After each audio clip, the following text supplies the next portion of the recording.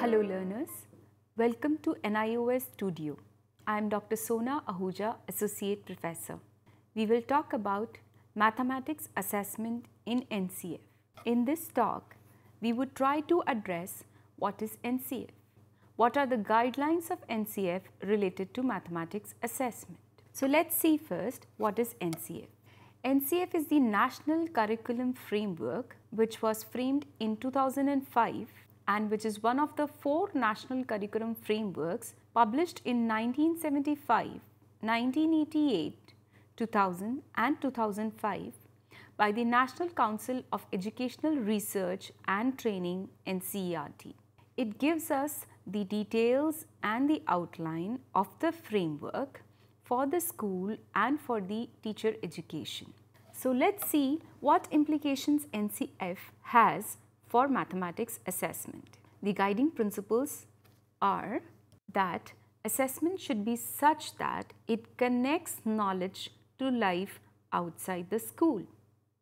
So if the learner knows the concepts, if he scores full out of full marks, but what if he is not able to apply this knowledge in real life? So for example, you have taught them area of 4 walls. So they know the formula of area of 4 walls. In the given question, they can find out the values, identify the values, place the values in the formula, do the mathematical operations and find out the answer, area of the 4 walls. But when in the real life, let's see if we give them a model of a room and then we ask them to find out the area of the 4 walls. They are not able to. That means they are not able to connect the knowledge outside the school. So the guiding principles of NCF states that the student should be able to connect knowledge of life outside school and assessment should be such that it tests or it assesses this ability of the learner. Let's see what is the next principle. It says that ensuring the learning is shifted away from the rote methods. So student not only is able to cram the formula, reproduce the formula when asked, but is actually able to apply the formula in the different related situations. So what if student knows that the formula of profit and loss is this, or this is the formula for profit percentage, but when given a situation, he is not able to find out the solution using that formula. That means this reflects his rote learning, which has come from the rote methods. So learning is to be shifted from rote methods to the real life learning, to the application of the concepts in the real life. And this is the next guiding principles of NCF for assessment of mathematics learning. The next one is making examination more flexible and non-threatening. Exams should be user-friendly, should be student-friendly. We should not take exams so as to create fear in students, but to give them the feedback on their performance. Do you remember what ideas you came into your mind when you think about exams long time back? Or say for now? At times there is an adrenaline rush when we think about exams. At times we get nervous when we think about exams. For many, the exam word itself is the source of fear. So this is because examination has not been taken in the real sense. Examination should not be threatening. It is not meant to fear the student from something. It should encourage the right kind of learning. It should give feedback to the student. And this is what is the guiding principle of NCF, that examinations have to be non-threatening. And by flexible, it means that it should not be very rigid. We should change the patterns according to the potentialities of the learners. The next principle is primacy to children's experience and participation. How to assess different learning experiences of the learner. That should be the objective of the assessment, and how to make it more participatory. So entire teaching learning experience and evaluation should be based on the learner. It should be learner centered. The student should actively participate in the entire procedure. This is what this principle states. The next is student and the active learner. So student should not be just the passive receiver of the knowledge, but he should be the creator. Education itself is derived from the word e plus duco, which means taking inside out. So it already exists in the learner. By changing his potential energy to kinetic energy, you have to make him active and make him learn, rather than just keep on giving the lectures. The next is, you should relate the learning to the immediate environment, that is to the objects which they are actually going to deal with, to the situations which they are actually going to deal with.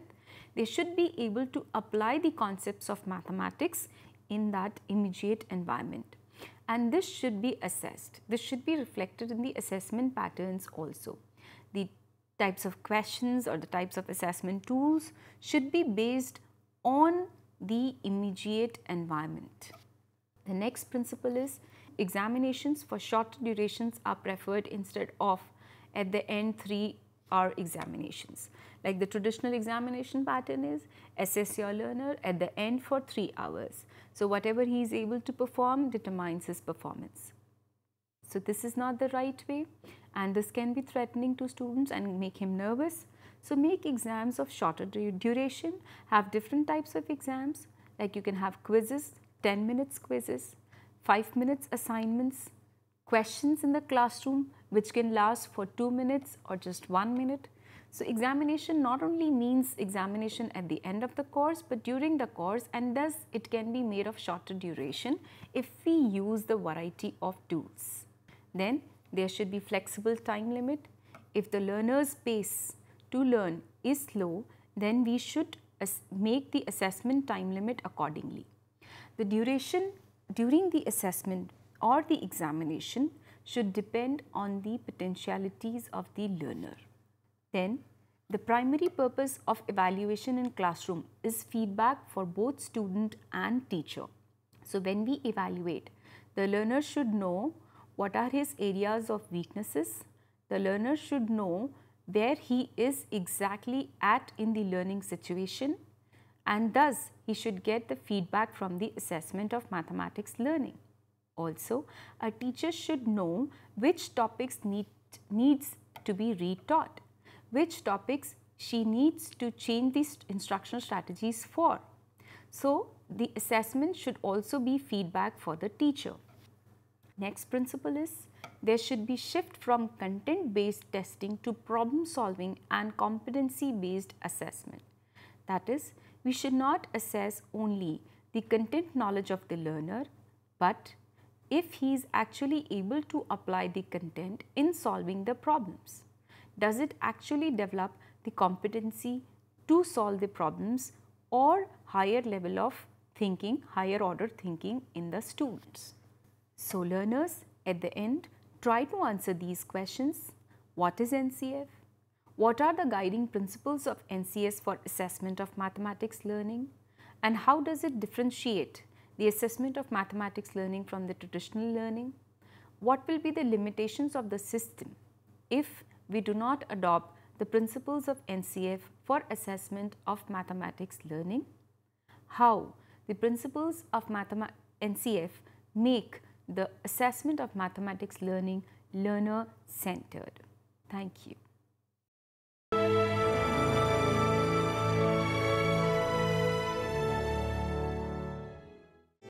Hindustan के हर कोने में नौजवानों के पास प्रतिभा है, उन्हें अवसर चाहिए। NIOS देता रहा है युवाओं को अवसर आगे बढ़ने का। NIOS से पढ़ने वाले इन युवाओं ने किया है संस्थान को गौरवान्वित। दिव्यांगों ने बन के दिखाया है सबल और आत्मनिर्भर। NIOS के साथ आप भी जुड़िए NIOS के संग।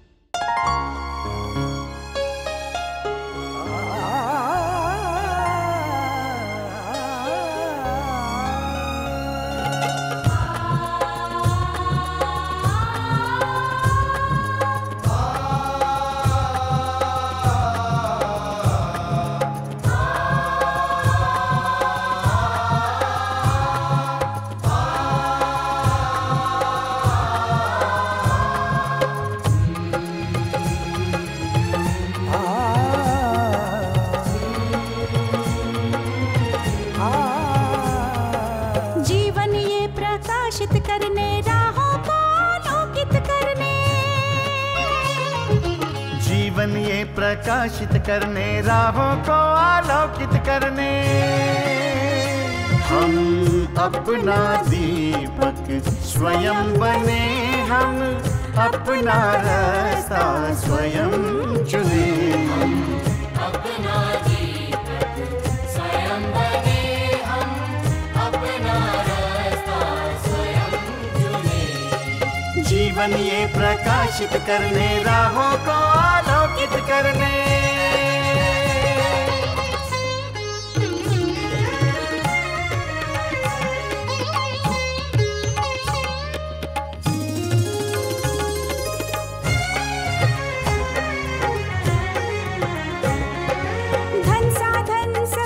सीमा से विद्यालय जो मुक्त हो, धन साधन समय की सीमा से विद्यालय जो मुक्त हो।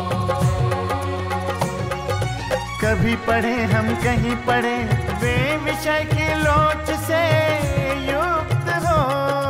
कभी पढ़े हम कहीं पढ़े, वे विषय की लोच से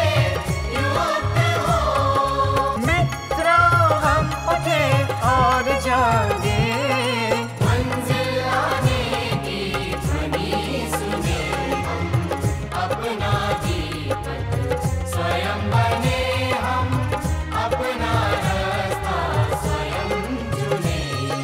जीवन ये प्रकाशित करने, राहों को आलोकित करने।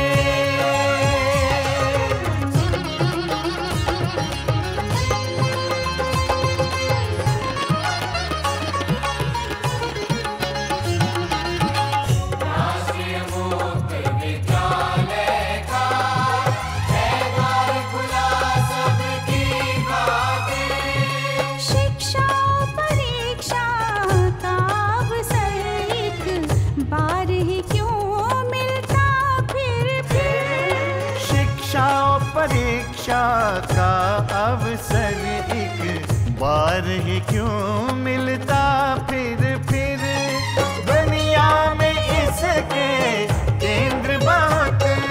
कोई मन चाहा केंद्र चुने, हम अपना दीपक स्वयं बने, हम अपना रास्ता स्वयं चुने। कोई मन चाहा केंद्र चुने, स्वयं बने, हम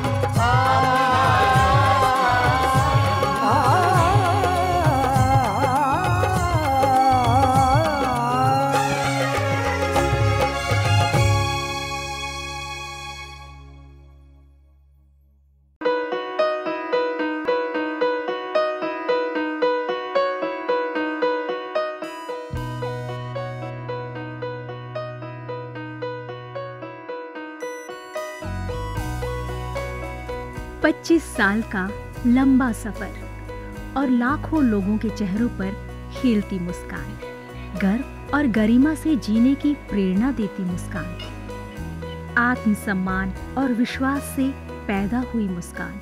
इन खिलते चेहरों पर ये मुस्कान आई है शिक्षा के जरिए। ये मुस्कान आई है national institute of open schooling यानी NIOS के जरिए। National institute of open schooling या राष्ट्रीय मुक्त विद्यालयी शिक्षा संस्थान, इस संस्थान का एक बड़ा उद्देश्य है आम आदमियों के जीवन को बेहतर बनाना। ऐसे लोग जिनके लिए शिक्षा एक दूर का सपना है या वे बच्चे जो परिवार की रोजी रोटी कमाने के लिए बीच में ही स्कूल छोड़ने पर मजबूर हो जाते हैं। NIOS ऐसे बच्चों और बड़ों को दोबारा शिक्षा से जुड़ने का मौका मुहैया कराता है ताकि वे एक बेहतर जीवन जी सकें। 1989 में स्थापना के बाद NIOS ने देश के लाखों बच्चों और वयस्कों को बेहतर शिक्षा से जोड़ा है। इनमें हर उम्र, हर पृष्ठभूमि, हर जाति, हर मजहब और हर क्षेत्र के लड़के लड़कियां, महिलाएं और पुरुष शामिल हैं। बढ़ई से लेकर पायलट, डॉक्टर, इंजीनियर, बेकर और दर्जी तक NIOS कोशिश कर रहा है सबको शिक्षित और सशक्त बनाने की, चाहे वो असम के दूर दराज इलाके में रहने वाला हो या फिर मुंबई जैसे महानगर का। NIOS ने अपनी मौजूदगी हर जगह दर्ज कराई है। NIOS ने शिक्षा की परंपरागत सोच को ही बदल दिया है। वो पढ़िए जो हम पढ़ाते हैं की जगह NIOS की नई सोच है, हम वो पढ़ाते हैं जो आप पढ़ना चाहते हैं। इस नई सोच ने लोगों को आगे बढ़ने और NIOS के साथ जुड़ने के लिए प्रोत्साहित किया है। शिक्षा उपलब्ध कराने के मामले में NIOS किसी सीमा को नहीं मानता, उम्र की सीमा को भी नहीं। चंडीगढ़ के गणेश के लिए भी NIOS एक वरदान साबित हुआ। NIOS शारीरिक रूप से अक्षम बच्चों को भी बेहतर शिक्षा मुहैया कराने के लिए पूरी तरह प्रतिबद्ध है। ऐसे बच्चों के लिए शिक्षा न केवल रोजगार के द्वार खोलती है, बल्कि उन्हें आत्मविश्वास और गर्व के साथ जीना भी सिखाती है। NIOS खेल के इन सितारों को उनकी सुविधा और समय के अनुसार बेहतर शिक्षा उपलब्ध कराता है। मेरी कॉम, सोमदेव देववर्मन, देविका रेबेका पल्लिकल, अरमान इब्राहिम, प्रद्युमन प्रकाश और अमय जोत सिंह। NIOS सीमा पर खड़े उन प्रहरियों को भी शिक्षा से लाभान्वित करता है जो देश की सुरक्षा के लिए अपनी जान की बाजी लगाने से भी नहीं चूकते। सच तो ये है कि NIOS की पहुंच हर ओर रहती है, चाहे वो दूर दराज के आदिवासी हो या जेल की कोठरी में बंद कैदी या फिर ग्रामीण और शहरी क्षेत्रों के गरीब निवासी। देश में कहीं भी कोई भी व्यक्ति, स्त्री, पुरुष, लड़का, लड़की, अमीर, गरीब शिक्षा से वंचित न रहे। राष्ट्रीय मुक्त विद्यालयी शिक्षा संस्थान का यही मिशन है। राष्ट्रीय मुक्त विद्यालयी शिक्षा संस्थान पूरे देश में शिक्षा के साथ साथ कौशल विकास के क्षेत्र में बहुत सारे कोर्सेज दे रहा है। लगभग 100 से ज़्यादा कोर्सेज हैं। हम दूर दराज के गांव में अपने संस्थान बनाते हैं और वहाँ के बच्चों को, वहाँ के बच्चियों को, वहाँ के वयस्कों को हुनर के क्षेत्र में शिक्षा पहुँचाते हैं। आपको जानकर खुशी होगी कि अब हम आर्ट, साइंस, कॉमर्स जिन क्षेत्रों में 12वीं का सर्टिफिकेट दिया जाता रहा है, अब हम हुनर के क्षेत्र में, वोकेशनल एरिया में भी 10वीं और 12वीं का सर्टिफिकेशन करेंगे। तो वो बच्चे जो कृषि से जुड़े हुए हैं, कारपेंट्री से जुड़े हुए हैं या दूसरे क्षेत्रों से जुड़े हुए हैं, वो अपने ही क्षेत्र में काम करेंगे, सीखेंगे, हुनर पैदा करेंगे अपने में और सर्टिफाइड भी होंगे कि वो सर्टिफाइड कृषक हैं, खेतिहर हैं। तो आज तक जो हमारे देश में ये सोच रही है कि आप 12वीं पास तभी कहे जाएंगे जब भूगोल, अर्थशास्त्र, भौतिकी ये पढ़ेंगे, अब ये समय बदल गया है। ITI में जितने बच्चे पढ़ते हैं, लगभग 18 लाख बच्चे हर साल दाखिला लेते हैं। अब हम उनको सर्टिफिकेशन करेंगे। NIOS अपने छात्रों को माध्यमिक स्तर पर 26 और उच्च माध्यमिक स्तर पर 19 विषयों का विकल्प देता है। पढ़ाई किस माध्यम से करनी है, इसमें भी आपको लचीलापन मिलेगा। माध्यमिक स्तर पर ही 7 भाषाओं के अलग अलग माध्यमों का विकल्प मौजूद है।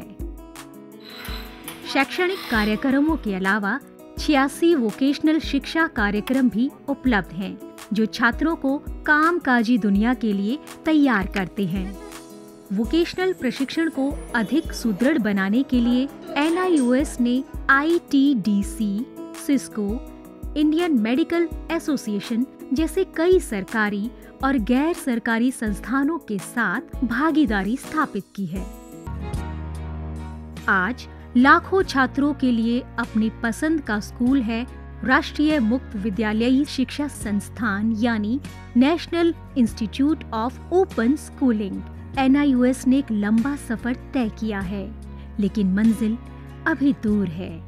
निरंतर विकास और नवीनीकरण के लिए NIOS सदैव प्रतिबद्ध है। शिक्षा का उद्देश्य महज रोजगार जुटाना ही नहीं है, बल्कि स्वयं को सशक्त बनाना भी है। NIOS लाखों छात्रों के लिए यही आत्मसम्मान दिलाने में जुटा है। लाखों लोगों के लिए एक आशा और उम्मीद है। National institute of open schooling. शिक्षा सबके लिए, कहीं भी, कभी भी।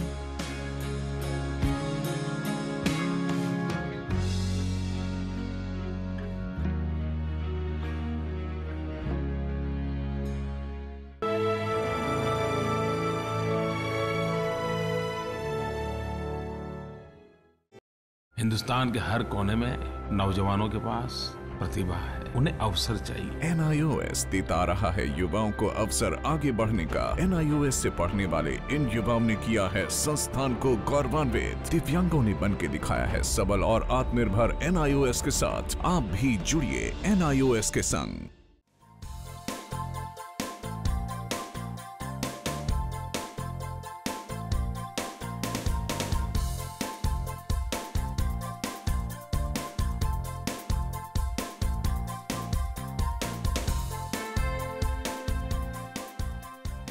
घर बैठे पाएं राष्ट्रीय मुक्त विद्यालय शिक्षा संस्थान यानी NIOS में एडमिशन, वो भी एकदम आसान तरीके से, जिससे शिक्षार्थियों को होगी समय और धन दोनों की बचत। NIOS से शिक्षा कभी भी, कहीं भी। शिक्षार्थियों, क्या आप जानते हैं NIOS में एडमिशन लेने का सरल और सुगम तरीका, जिससे शिक्षार्थियों को ऑनलाइन प्रवेश लेने में सहूलियत मिलती है।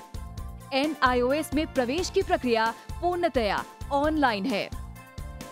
शिक्षार्थी घर बैठे इंटरनेट द्वारा प्रवेश के लिए सबसे पहले NIOS की वेबसाइट www.nios.ac.in पर लॉगिन करें। अपना ईमेल आईडी और पासवर्ड डालकर अपना पंजीकरण करें। पंजीकरण के बाद लॉगिन करने पर ऑनलाइन प्रवेश हेतु आवेदन पत्र खुलेगा। आवेदन पत्र को निर्देशानुसार भरें और प्रिंट आउट लें। इस प्रिंट आउट पर अपनी फोटो संलग्न करें। ऑनलाइन प्रवेश के लिए शुल्क हेतु भुगतान के तरीके हैं: क्रेडिट कार्ड के द्वारा, डेबिट कार्ड के द्वारा, राष्ट्रीयकृत बैंक के ड्राफ्ट के माध्यम से, जो कि सचिव NIOS नई दिल्ली या नोएडा के पक्ष में देय हो।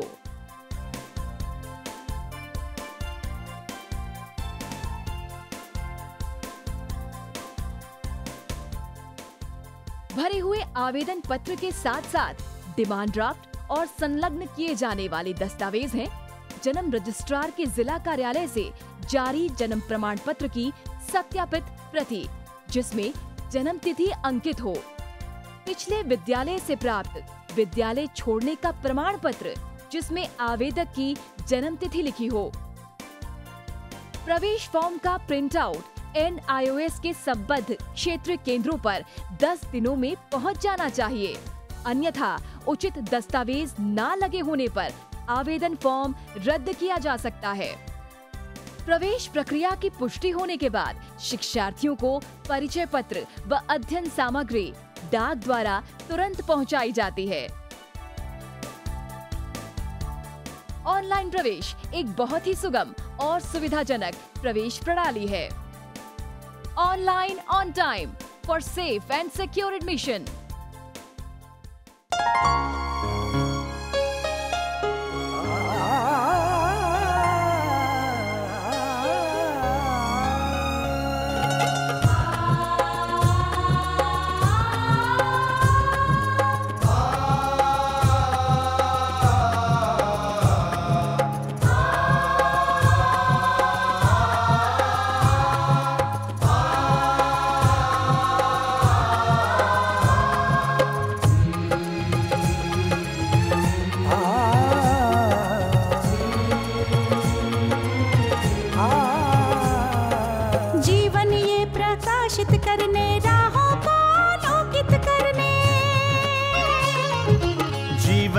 प्रकाशित करने, राहों को आलोकित करने, हम अपना दीपक स्वयं बने, हम अपना रास्ता स्वयं चुने।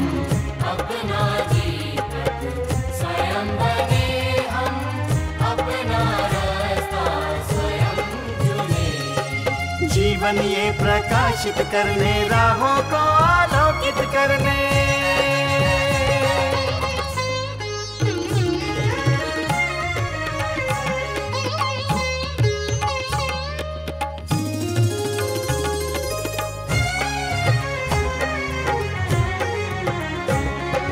धन साधन समय की सीमा से विद्यालय जो मुक्त हो, धन साधन समय की सीमा से विद्यालय जो मुक्त हो। कभी पढ़े हम कहीं पढ़े, वे विषय की लोच से युक्त हो। कभी पढ़े हम कहीं पढ़े, वे विषय की लोच से युक्त हो। मित्रों हम उठे और जागे, मंजिल आने की ध्वनि सुने हम, अपना जीवन स्वयं बने हम, अपना रास्ता स्वयं चुने। जीवन ये प्रकाशित करने, राहों को आलोकित करने।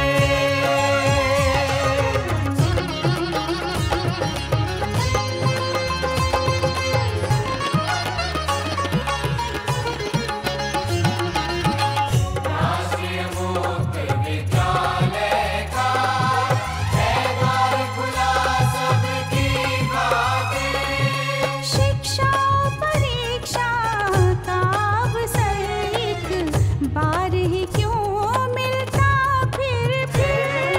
शिक्षा और परीक्षा का अवसर एक बार ही क्यों मिलता फिर। दुनिया में इसके केंद्र बहुत, कोई मन चाहा केंद्र चुने हम, अपना जीवन स्वयं बने हम, अपना रास्ता स्वयं चुने। कोई मन चाहा केंद्र चुने हम, स्वयं बने हम,